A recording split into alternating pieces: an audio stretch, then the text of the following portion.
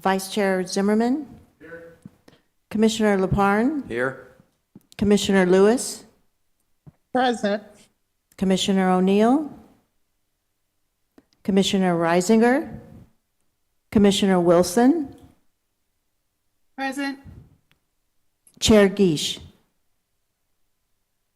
We have a quorum.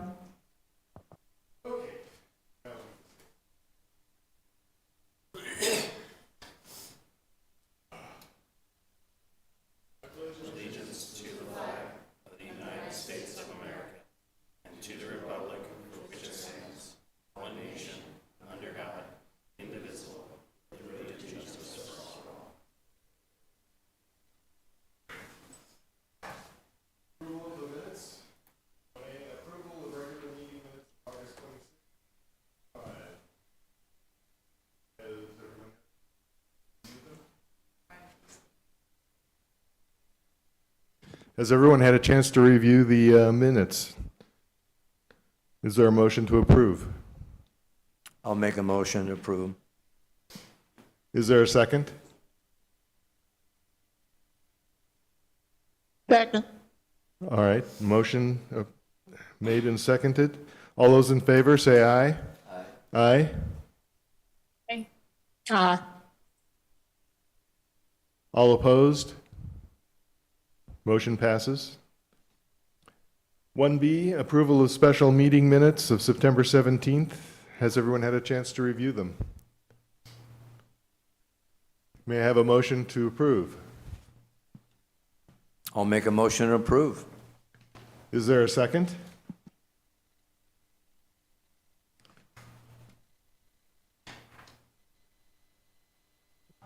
I'll second. Thank you. Moved and seconded. All those in favor say aye. Aye. Aye. Aye. Any opposed? Motion carries. And Chair Gish is returned. Thank you. Item 2. Item 2, call the public. Do we have any comments from the public, Lisa? We do not. Okay, we're going to go to item 3, action items. 3A, art in public places work session. Staff will discuss setting up an art in public places work session, discussion and action possible. It's you, Josh? Yes, thank you, Chair Gish, Vice Chair Zimmerman, members of the commission. So we are wrapping up our Art in Public Places program with ASU Project Cities, and we'd like to see if the commission would be interested in doing another study this year, and if so, we can set up a work session sometime in the next few weeks to discuss that, what sort of topics we'd be interested in, and move from there.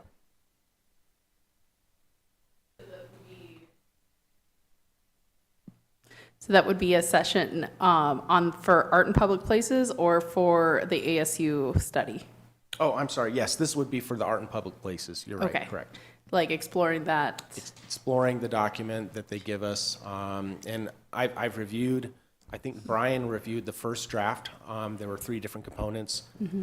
We've further reviewed more or less for accuracy and content, and they are putting that together into something that we can then go and publish, and that's something we can put on our website. We can have hard copies if we'd like, and we can at that point discuss that. That should be in our hands next week. Okay. I think there's clearly some discussion that this commission should have for making recommendations of how to proceed with funding, with, whether there's another commission, whether there's some other people involved, finding volunteers, et cetera. So the work session sounds like a very good idea. I would agree with that, and I think it would be beneficial for us to take a look at it and make recommendations based on the information provided. So we can have Lisa send out some different dates and times and see what's going to be best for everybody and schedule that work session in before the next commission meeting.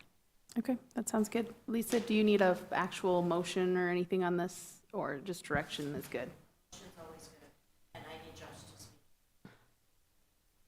Okay. Okay, can I get a motion then to schedule art in public places work session? I'll make a motion to schedule a meeting for the Arts and Public Places work session. Second? All those in favor, say aye. Aye. Aye. Aye. Any opposed? Okay, I think that's going to carry. Thank you. We are on to reports. First up is going to be item A, Master Trails Plan. Park staff will update the commission on the Master Trails Plan. This is informational. Welcome, gentlemen. Welcome. Joel, can you pull that up for us?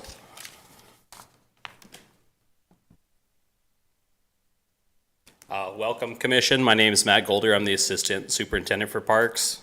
I'm Mike Hubble. I'm the new superintendent for parks.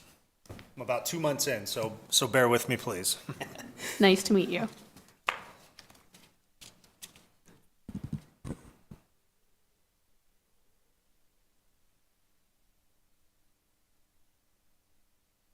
All right, so we're going to share with you the Trails Master Plan update. We're going to start with kind of the history of the trails for the city of Kingman, then get into our current trail system, recently completed projects and additions, kind of our planned projects and additions in the future, future needed items and vision, and then the importance of the Trail Master Plan, and we'll also kind of go over the master plan at that point, at least the updates so far. So, City of Kingman's history of the trail, just kind of some pictures of historic areas. This is a lot of Camp Beale Springs and then the wagon wheel track. But in 1995, the City of Kingman adopted Resolution number 2033 that, in conjunction with BLM, kind of planned out the management of the Surbat Foothills Recreation Area. And then in 1998, the City of Kingman accepted the donation of the historic White Cliffs trail site, if you will, from the Mojave Museum of History and Arts. 1998, the City of Kingman received a grant through Arizona State Parks and Trails to construct Camp Beale Loop. And then in 2018, that's when trails and open spaces fell into Parks Department with no additional budget increase. And in 2020, the City of Kingman Parks Department conducted the Parks Open Space Trail and Recreation Master Plan, and that's where they identified the importance really of trails and kind of help us focus on trails within Parks Department.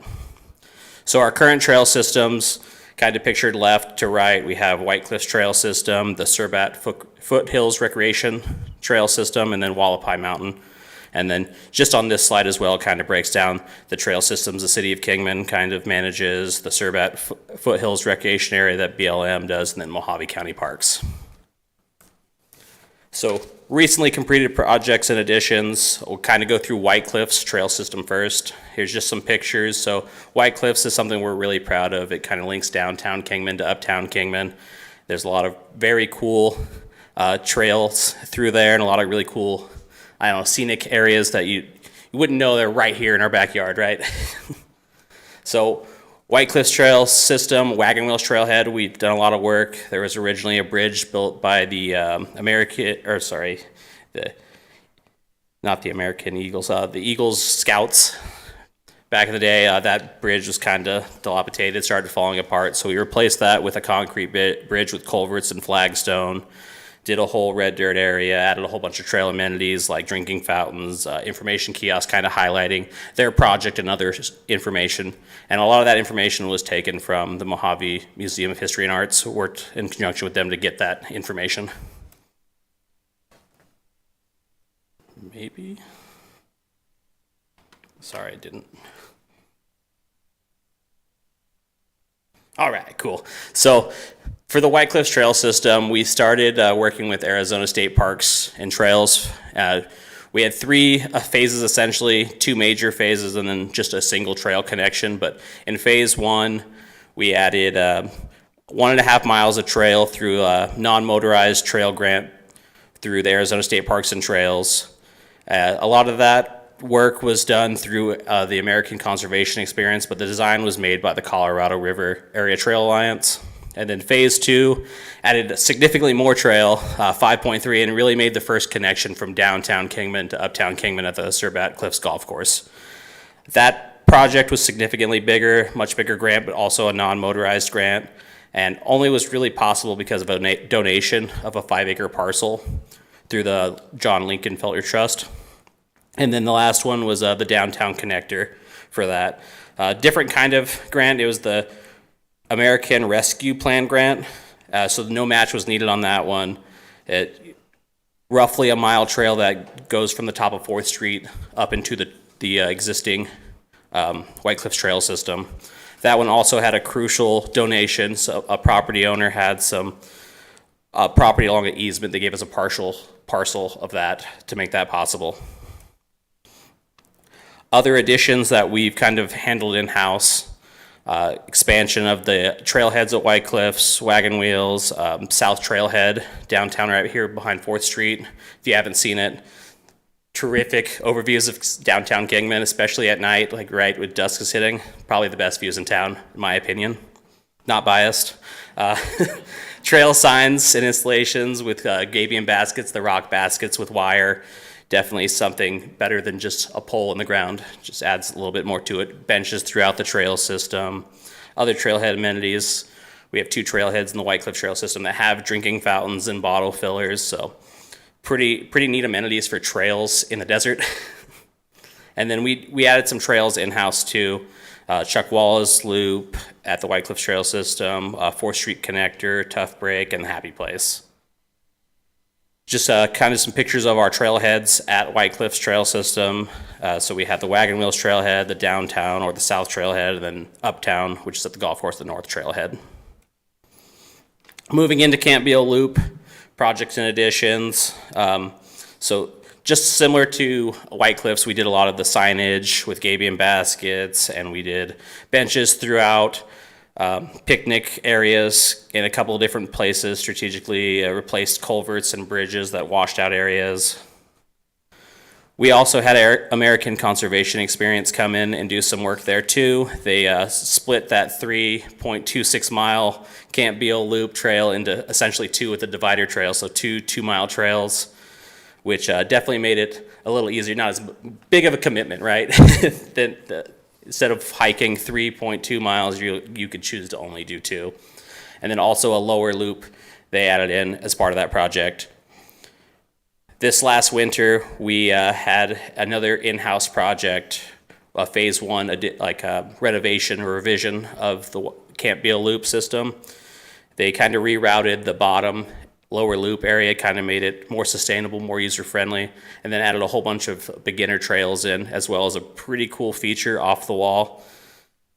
This is just some more photos, some more pump track-ish features, some more berms, but 2.5 miles of trail were added during that project, and then 1.5 were reclaimed or improved. Just some more photos. From left to right, we have our Cactus Derby, just some more examples of green trails. Then the bottom right is that off the wall trail feature. You actually ride up a rock wall and down into a berm. It's pretty exciting. You can bypass the rock wall. Just some more projects and additions. Like I said, the American Conservation Experience came and they stayed on site when they were doing that. They cut back overgrown vegetation, redefined trails. We have another information kiosk at Camp Beal Springs, also information taken from the Mojave Museum of History and Arts. I'll take it from here. All right, now we've got some planned projects and additions. So Camp Beal Loop reroutes and additions. We're putting in an additional over 4.5 miles of trail. You can see some of the highlights there showing phase 1 and phase 2. Phase 1 will be 2.5 miles through the Camp Beal system, and then phase 2 is almost 2.5 miles of trail at the Rattler in the Camp Beal area. Omaha Shared Drive Use Path. This is what goes between Southern and Cheyenne. This will be an asphalt path that goes through the community, mostly funded through the ADOT grant. This is going to have a small parking area. We will probably have some landscaping, make sure it's ADA accessible. There's going to be one road crossing at Dakota. We're working with roads on that. And this will also help with some challenging drainage crossings where they're cut through that area. ACE will be assisting us with that one as well. I believe, are we meeting on this week? It's the whole trails master plan. Okay, yeah. Future needs and vision. So looking to the future, we're looking to meet up our trails through state lands to meet up with the petroglyphs. Palo Christi Bike Park, that's going to be a pump track behind the elementary school that's getting looked at. Easement trails all throughout the city. We're looking to kind of combine all those so we can have a smooth transition all throughout different parts of the city along the streets. Pie in the Sky, probably you've heard a lot about that. That's a partnership with State Parks, BLM. Starts up on Wallapai Mountain Park and it'll take you all the way into Kingman. It'll go probably under the 40 unless we go over, so I guess it's definitely going under. And a possibility of some campgrounds too. I come from campgrounds, so hopefully I'm involved with that. I got some concerns on campgrounds. Importance of the trail master plan. So obviously, health and wellness of the community, get something for everybody to do, both young and old. Economic development, it increases tourism. We're already seeing a lot of people coming out for mountain biking, including events. CRATA is a big help with us. They also partner with us doing work, but they've had several events over there. And then just keeping open space around Kingman. You know, if you got open space, if you got parks property, it's not going to become, you know, condos or housing developments. The connectivity, so people can get from one end of town to the other. If they got to go across our beautiful mountains, what a great way to do it. It just improves the quality of life for everybody. A lot of school, health and wellness programs, cultural historic programs, of course. Business, year-round recreational facility, that's fantastic. Luckily, we got great weather here. And also, it just preserves our natural and cultural resources. So looking back, some of the updates that have happened was the stakeholder kickoff, June 18th. That was with City of Kingman, ADOT, Mojave County, and BLM. J2 Engineering, we've been working with them. We've been going over trails and gathering GIS data to see where and how things can get built up. August 12th, we had the Trails Master Plan outreach meeting. 50 plus participants were there for that. And our next meeting is going to be Friday, and that'll be with J2 and discussing all the different trail alignment possibilities. So obviously, this is a true community project. We're working with the mayor and council, Parks and Aquatic Recreation and Trails, community members, CRATA, that's another big one, and of course BLM, Arizona State, and American Conservation Experience is a big help, and of course our park maintenance team. Anybody have any questions?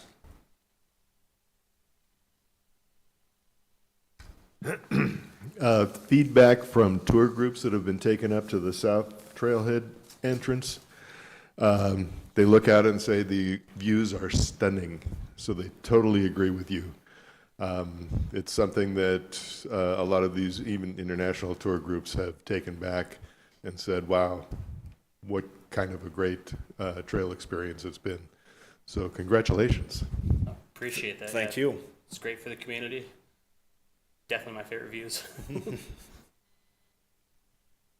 Can you guys talk a little bit about the amenities you're putting along the trails intended for tourism? Because I know this is coming from a tourism dollars. So a lot of and Matt will jump in at any time, I'm just going off what little I picked up. A lot of it is mountain biking that's getting installed, and everything from intermediate to just taking your bike around a trail to some very expert level stuff, including jumps and downhill rock driving. And then usually I believe all the trails will also have basically tangent trails that are designed for foot traffic as well. Yeah, and so that's a lot of, that's on our natural trails. So the big push with the master plan will help us with the connectivity for the utility easement trails. Some of them will have the cross state lands, which having a master plan in place will help with that. And it will help us kind of move forward to like campgrounds and kind of bring more people in to make it more of like a whole trail system and experience. I think that's really neat. So we use the trails a lot in our family.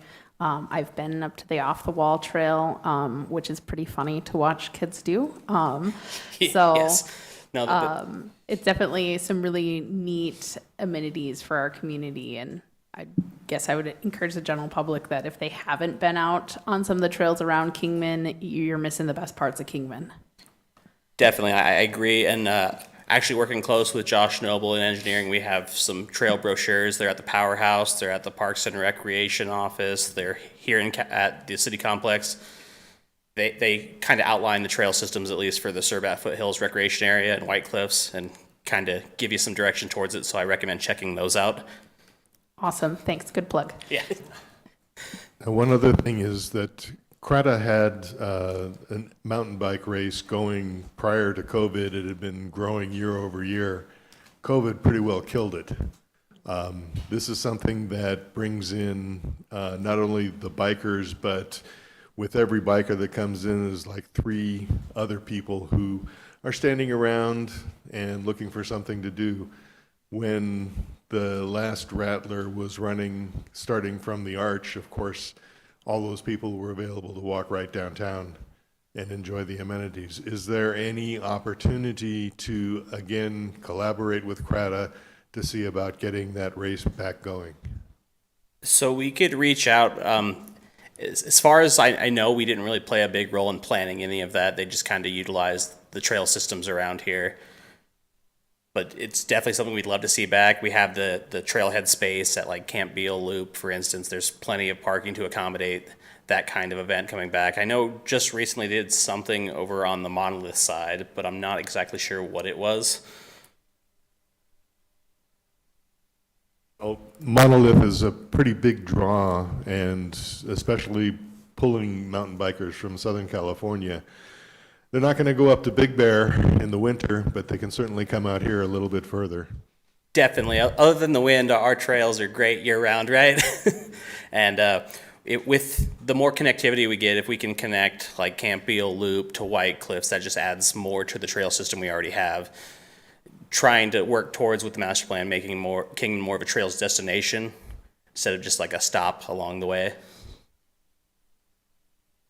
I think it's great with especially with the campgrounds and things. That's something that a lot of people that are biking are looking for. So that's great.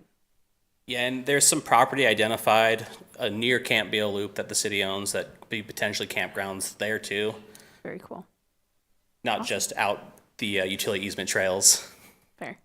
Is there any other questions, comments, ladies online?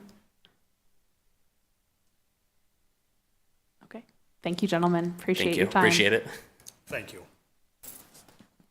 All right, item 4B is going to be the Route 66 Fest update. Staff will update the commission on the Route 66 Fest. This is going to be Mr. Noble. Thank you, Chair Guiche. Members of the commission, this isn't a full fleshed out report, but just to give you some preliminary numbers from the event. This was our 5th annual festival, and we had it on October 10 and 11. You know, there was some weather challenges. We had rain Friday, and then some pretty significant winds on Saturday, which had to bring down our zip line and Euro bungee and the inflatables for extended durations. So our total impact, according to cellular data, and that's of course only capturing domestic, but about 5.6 thousand people. That's about a 19% drop from last year. Last year the weather was beautiful. So we also saw pretty similar with our sales, our amusement. So the wristbands were down 28%, and of course, when the wind's blowing, you can't have any of the rides up, people aren't going to be buying those wristbands. So those things were impacted.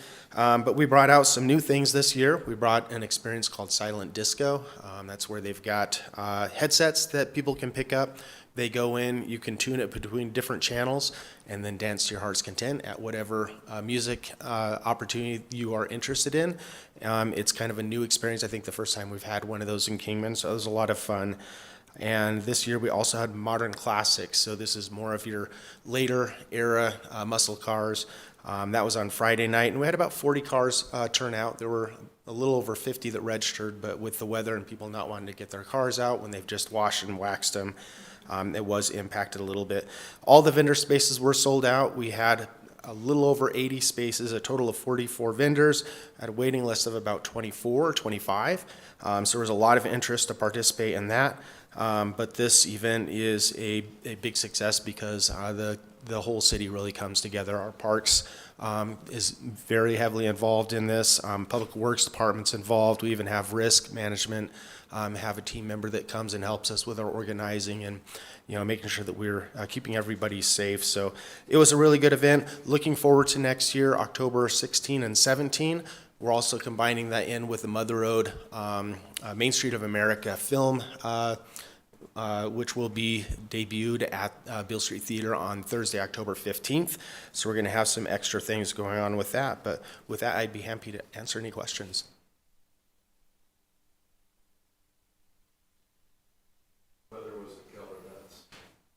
Well, it was a challenge, and we didn't have any heavy rain, but we had some light rain and moderate rain, and that luckily we'd put out some coverings out in the field for people to watch the bands, and you saw they were all huddled under that. But even with that, overall, I thought the attendance with the weather the way it wasn't it was commendable. I think that the community really still wanted to get out from 10 a.m. We had about 600 people. We peaked by 6 p.m. with a little over 2,000 people on average between both days. And then even by 8 p.m., you still had about 1,000 people out there. So people were out there enjoying the event. And we just, probably would have been a lot more if we'd had better weather. That's a lot of people in that park. I'll say, I think you got a greater reach of those outside of the community. So I know that we saw an uptick, and I'd be curious to see what the data is. Yeah, so that. thank you for bringing that up. Last year, we had about 16.4% that were outside of really our area, Kingman, Golden Valley, media area. This year, that was up to 20%. So that was an That's increase. Great. That's good.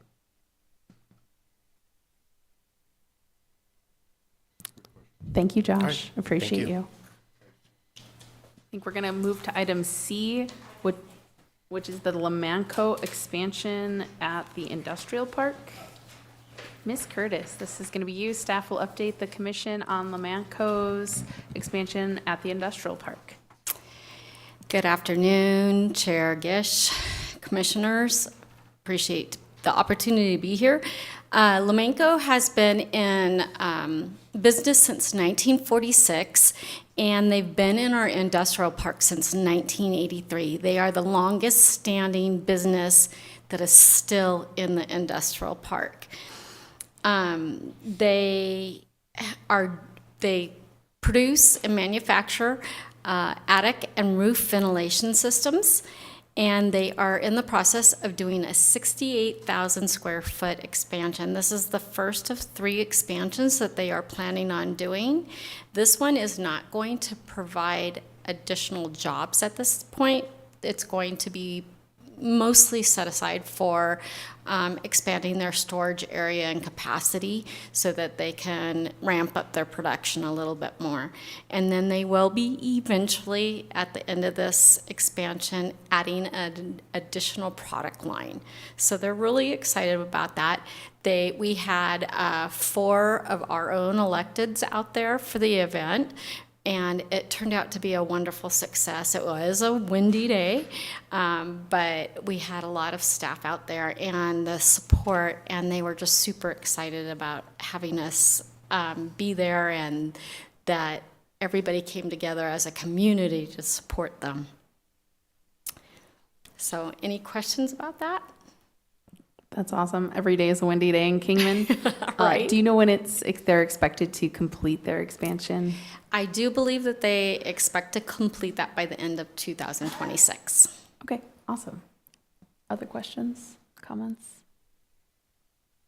Thank you very much. Do you have the next item as well? Mm-hmm. All right, so let's do item D, Arizona Association of Economic Development Fall Forum Update. Staff will update the commission on the Arizona Association of Economic Development's Fall Forum.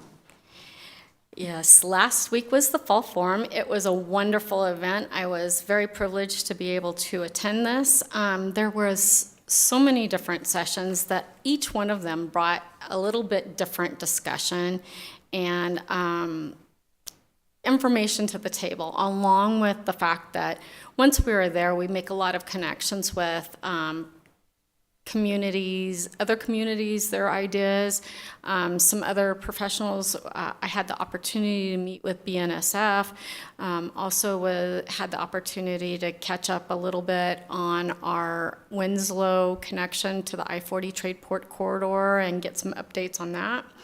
But several of the sessions that they had, I think the most interesting one to me was the one called YIMBY, Yes in My Backyard. And basically, this is a movement that is happening throughout the United States, but they have a significant impact by bringing together community leaders to get them to talking about the positive things about growth and economic development. And they're creating committees that engage with the community to get them educated and behind some of the economic development and proceedings that are happening out there. And Tucson's been very successful in keeping this project and movement going forward. It has been very significant in some of the things that they have accomplished there, because the community is actually talking about the positive aspects of everything that, a lot of times you have a lot of the negative things going on, and to have the positive factual information out there truly helps. The other thing that was really interesting is I attended the EPA brownfields and state resources. Afterwards, I had the opportunity to talk to ADQ and EPA about some of the projects that we have going on here. And they're very interested in making sure that they help us work through some things. They're trying to meet up and talk about some of the things that they can help with Hotel Beale and some of the other sites, the landfill out at the industrial park. So those are bigger projects. We do have several EPA Phase 1 and Phase 2 environmental assessments going on right now, and they're just moving through the processes, and they're coming along really well. So we're pretty excited about that as well. I had the privilege of being involved with turning airports into economic engines, which was a conversation about how airports can drive and develop more economic development within a community. Lori Collins from Mesa Gateway Airport was there in attendance, and she backed that up with the larger size airport and the economic impact that has. And then we had a speaker, Cameron Atkins. He's the airport manager for Safford Airport, and he contributed by talking about some of the things that they've been doing out there at the Safford Airport and how that's impacted their economy and their airport, and given them, they went from about $20,000 to $32,000 a year in annual revenue to 1.2 or 1.9. I can't remember exactly what he said, so I apologize for that. But they went to a 1.2 minimum revenue this last year based on some of the choices that they made. So that's about all that I have. Oh, one more thing. I did attend one of the sessions that talked about the outdoor economic development aspects of items and what that's doing for the tourism and bringing in people.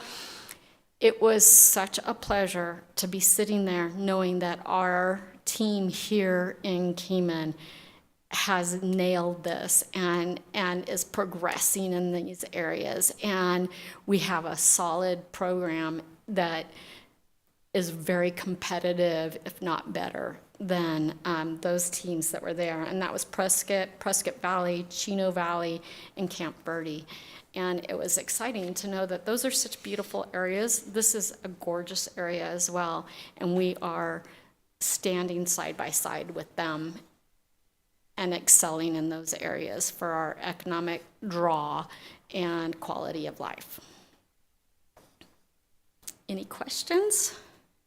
I'm sure, Brian, you have some comments since you attended. No, the one thing I would like to see is the trails, too good they had to leave, But the Trails people and, of course, the Parks Commission should get some notice of the same things that you were just saying, because it's to their credit. Did you have anything that you wanted to add? I guess the one thing that came out of the YIMBY discussion that was very simple, the idea is build trust before the ask. In other words, spend the time to develop the relationship with the community, make sure that they understand what the value is for every single person, and before you start going in and saying, well, maybe we need to do this kind of development or that kind of development. Build trust before. It was huge, significant. Morgan, did you have anything that you wanted to add to that?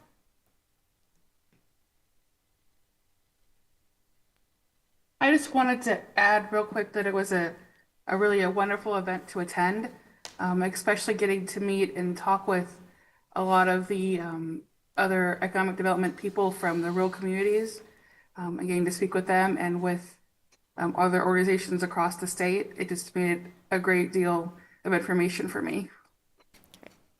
Any questions from anybody?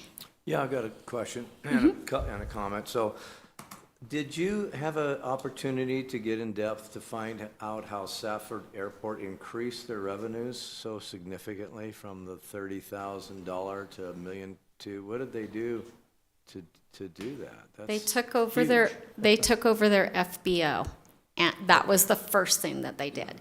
So when they took over the FBO, which is fixed base operations, that increased the income significantly, because then they were able to collect the fees for storage.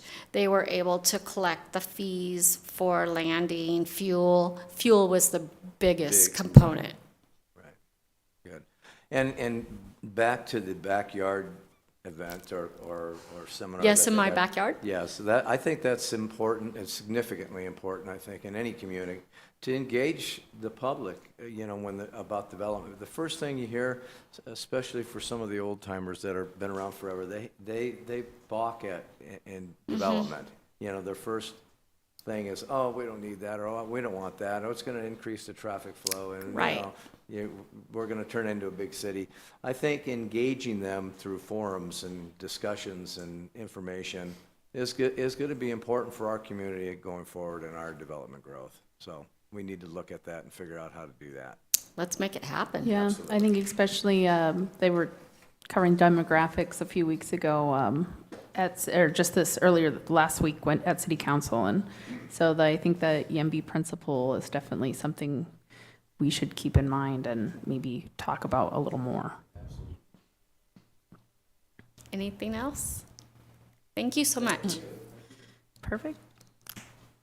Let's go to item E. This is the Aviation Heritage Center of Kingman presentation. This is Paul Gaines, whom I don't see, and Tim Garlick from the Aviation Heritage Center will present to the commission their idea for a newly planned facility at the Kingman Airport and Industrial Park. Welcome. Good afternoon, Chair and Commission members. We did have a last-minute change that we need to make. With me is our Director, Jill Gronetsky. Paul Gaines, our Vice President, was unable to attend today because of other business commitments, so he apologizes for that. Let me see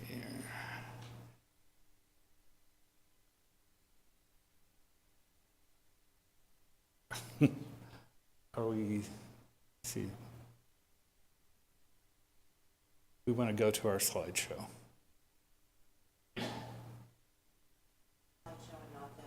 Correct. Yes, please.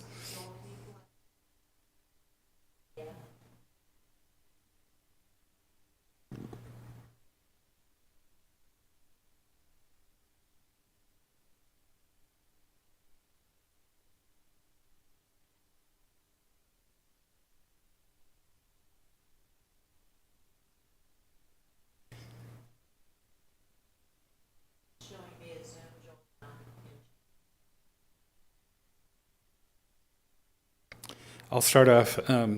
Good afternoon. I want to thank you for this opportunity to share an ambitious vision. It's one that we're excited to share with you, one that can bring pride, education, and economic value to the city of Kingman.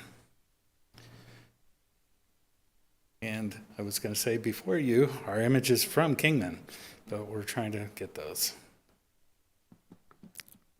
They'll get it up in a minute. And could you tell me your names again? You're Tim, yes? My name's Tim Garlek. I'm the president of the Aviation Heritage Center of Kingman. And with me today is Jill Gernetsky, director. Jill. Okay, perfect.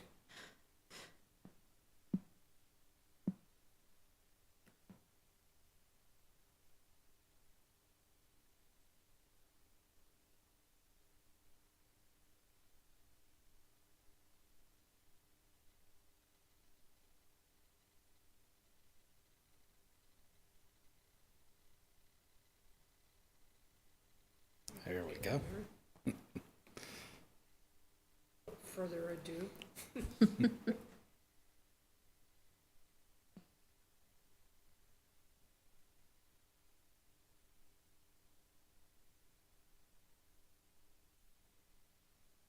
Halfway there.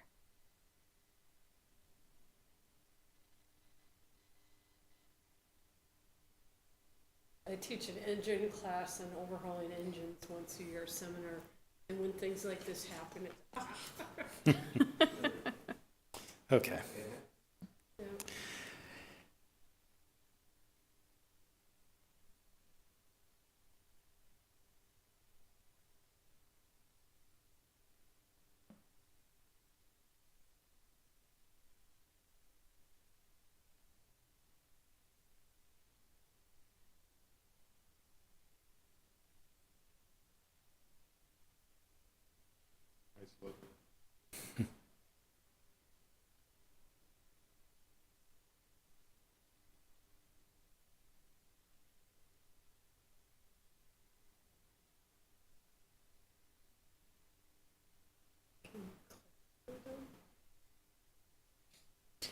I think we need to resume the slideshow. Oh, there it is. Yeah. It's up there. Excellent. Okay. Sorry for that. Before you are images all from Kingman. A young woman gets her first flight at Wallapai Field. An amphibian aircraft of the Western Air Express makes a rare stop at Berry Field. The Transcontinental Air Service sets up Port Kingman. And in World War II, the Kingman Army Airfield is created and trains gunners for service in the skies over Europe and the Pacific. All of these people and places have stories to be told. My name's Tim Gerlach. I'm the president of the Aviation Heritage Center of Kingman. Today with me is our director, Jill Gernetsky, and our vice president, Paul Gaines, has been unable to attend today. Together, we bring decades of aviation and business experience, and we are united by a passion for aviation and for Kingman's rich history. Our mission is clear: to establish a new aviation learning center and museum at the Kingman Municipal Airport, a place where history, education, and community come together. This facility will be a lasting world-class aviation and history center, a new icon for Kingman, proudly located along historic Route 66. It will inspire students, welcome visitors, and honor the generations who built our aviation legacy. For more than a century, aviation has been part of our city's identity. Today's Kingman Municipal Airport continues in that tradition. And we believe it deserves a home where these stories can be preserved and shared, and our future generations can be inspired. Our vision is not just to create a museum, but a community hub, inviting to locals, inspiring to students, and attractive to visitors from both across the country and the world. I wanted to add, we did also work with Josh Noble, and we made an appearance at the Route 66 Festival. We have a very large 12-foot high photo display there at the festival. And next year, we hope to have our mobile museum and more interactive exhibits for people to come and enjoy and participate in. With that, I guess I will turn it over to Jill. Commission, thank you for the opportunity to speak, especially impromptu. I'm just going to speak from personal experience. All of my adult life has been in aviation, and so small airports are what I've experienced. The first time that I flew into Kingman, the feeling, which I've heard from other aviators, is this is a real diamond in the rough. I mean, it's got nice, long, wide runways. And then I moved here in 2005 and became steeped in the history of the airport, Kingman Army Airfield, the history. And I get emotional because you can feel the ghosts of it out there, just the leftover concrete pads, the few buildings that are still original, and then the iconic control tower, which I have a bazillion photos of. But the one thing that's pretty amazing to me over and over, no matter where I have traveled, is the number of people that don't realize they even have an airport, much less that Kingman had the other 3 airports. And I don't know how many of you are aware that historically how important Kingman was in the development of aviation. And one of those pictures was Charles Lindbergh. I think Amelia Earhart landed here. Those are the famous names we hear about. But there's also been local aviation legends that are contemporary. Jim Blumenthal had a C-123 and did significant contributions to the military with dropping loads out of his C-123. The Fridays had bat guano. It's kind of an offbeat kind of history of aviation. And so we look to develop that and let people know that history. And with that said, I could go on and on about that. A large part of this facility, it's not just a museum, it's a heritage center, but STEM programs and the youth of our community are something we're very, very passionate about. The last council meeting, I had made a phone call, and the robotics team 60 showed up en masse at the council meeting. And so that just indicates the thirst for something for our youth that propels them into horizons that they can't even imagine without a facility that we plan to provide for the community. What you're going to see is a video that has been put together by a friend of Paul Gaines. He's a well-known art director in Hollywood. And if you've been out to the airport cafe and seen that big banner out there with our vision of the new facility, he did that, and then he spent about 2 years on this video you're going to see, tweaking it and us giving him criticism and feedback to really hone in on what the vision is. And what you're seeing is just a small slice, and viewer discretion advised. This is going to blow your mind because it's a very lofty endeavor that we have embarked on. And we've been working on this for over 6 years. So we're dedicated. Cue the video.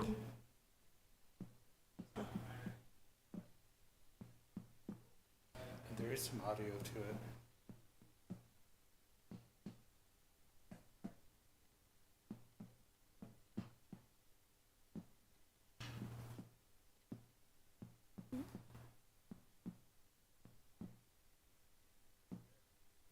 You'll notice the architecture of the building hails to the World War II architecture of big hangars. We wanted to keep that in alignment with the rest of the airport.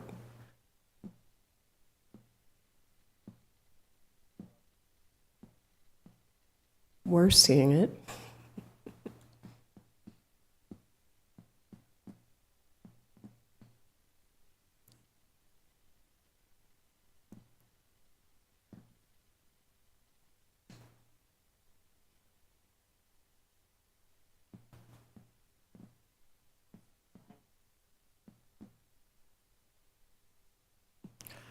Did any of you see the display at the Route 66 Fest?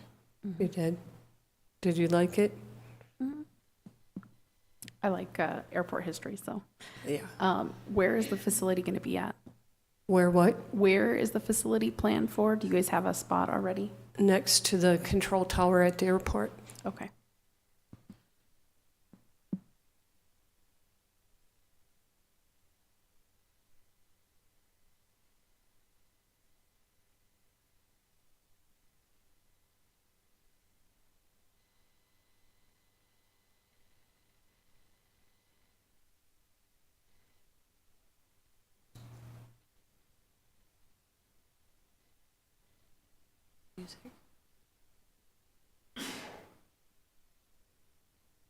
See, the sound is off.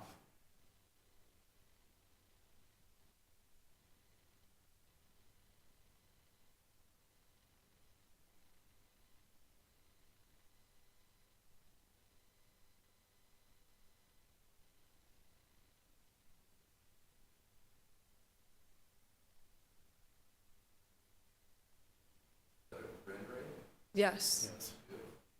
Thank you. I think we can do it without the sound.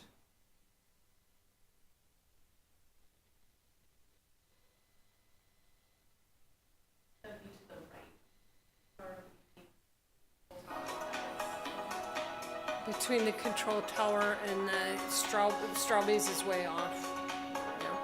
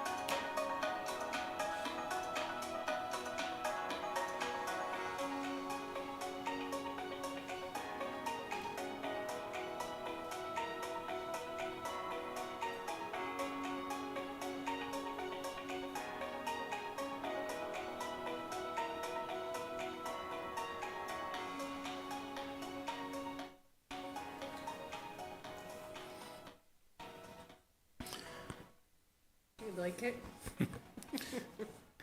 So with regards to its location, one of the things we did, it's been a couple of managers back, but we took the airport manager out to the site. It is where CareFlight is currently located, adjacent to the control tower.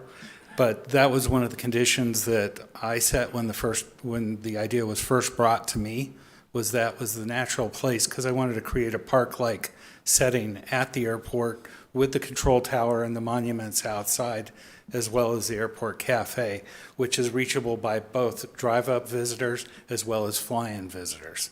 And all of those elements were very important. Also, you may have noticed the B-17 in the artwork. That was one thing that I said we need to be able to bring in a B-17, so the hangar door is large enough to accommodate that. In this rendition, the B-17, which has not been identified yet which one, but assuming we get the B-17, it will be on a turntable basically, so it will revolve very slowly so you can get views of all sides of it from one location. Jill, did you want to add anything? No, I think you can see that there's many levels to that, and the part with the kids and experiencing aviation, this is not a passive experience. It is very much an interactive experience.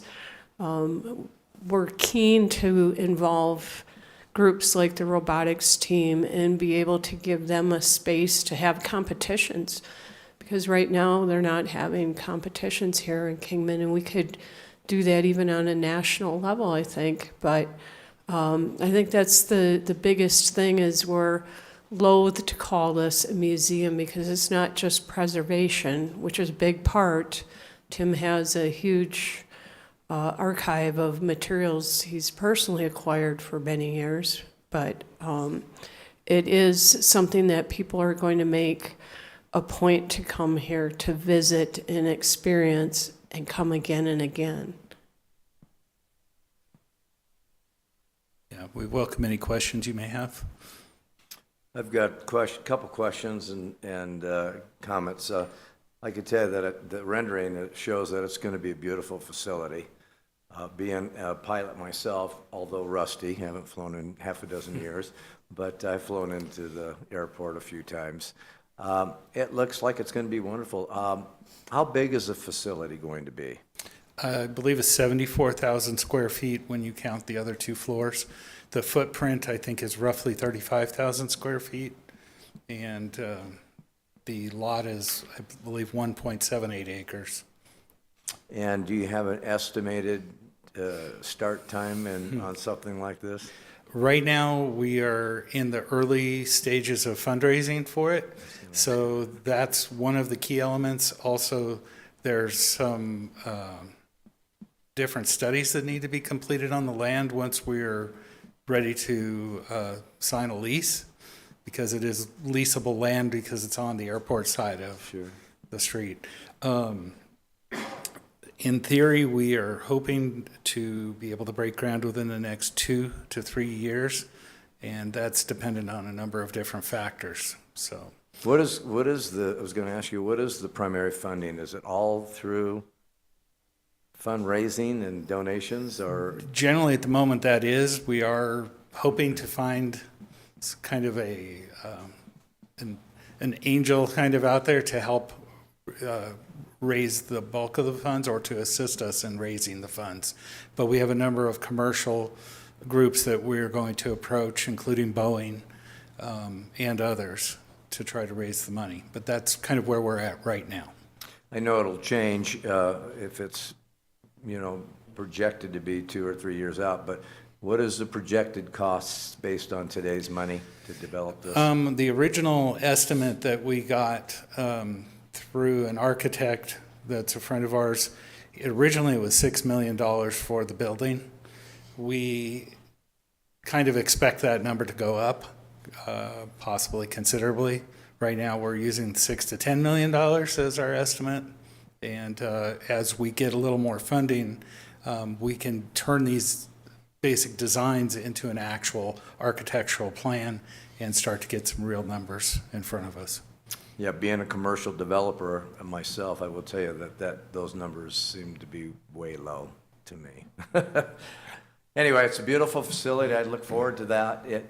Arriving in our community. I think it'll be a great addition to our city. Yep, we believe so too. Thank you. So I'm kind of assuming that you'd be able to approach some commercial businesses who may wish to, for example, you've got a simulator in there. That's a pricey piece of equipment. Is there someone who might want to donate a simulator in order to have at least some advertising? Redbird is a company that routinely donates simulators to youth and STEM projects. Okay, good. Any other questions?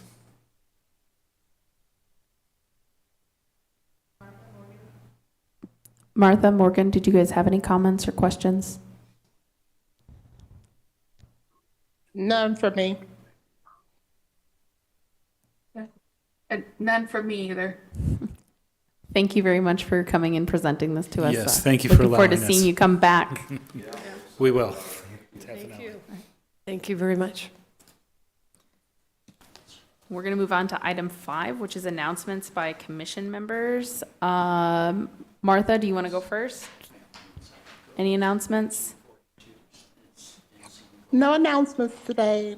Okay. Morgan, any announcements? No announcements from me.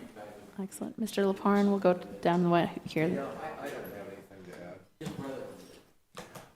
Yeah, I'm going to be sending around to the commission members a synopsis of what I saw at the AAED meeting. Okay. Make sure to send it to Lisa, and she'll be able to send it out to us. Okay. I do have a couple of announcements. Just to remember to check the calendar for holiday events coming up, which is explorekingman.com. So the Parade of Lights is coming up here at the beginning of December. End of November is usually the tree lighting. So there's some really great community events going on in our area in the next couple months before our next meeting. Do we have any requests for future reports and updates? Martha. We're going to go same order.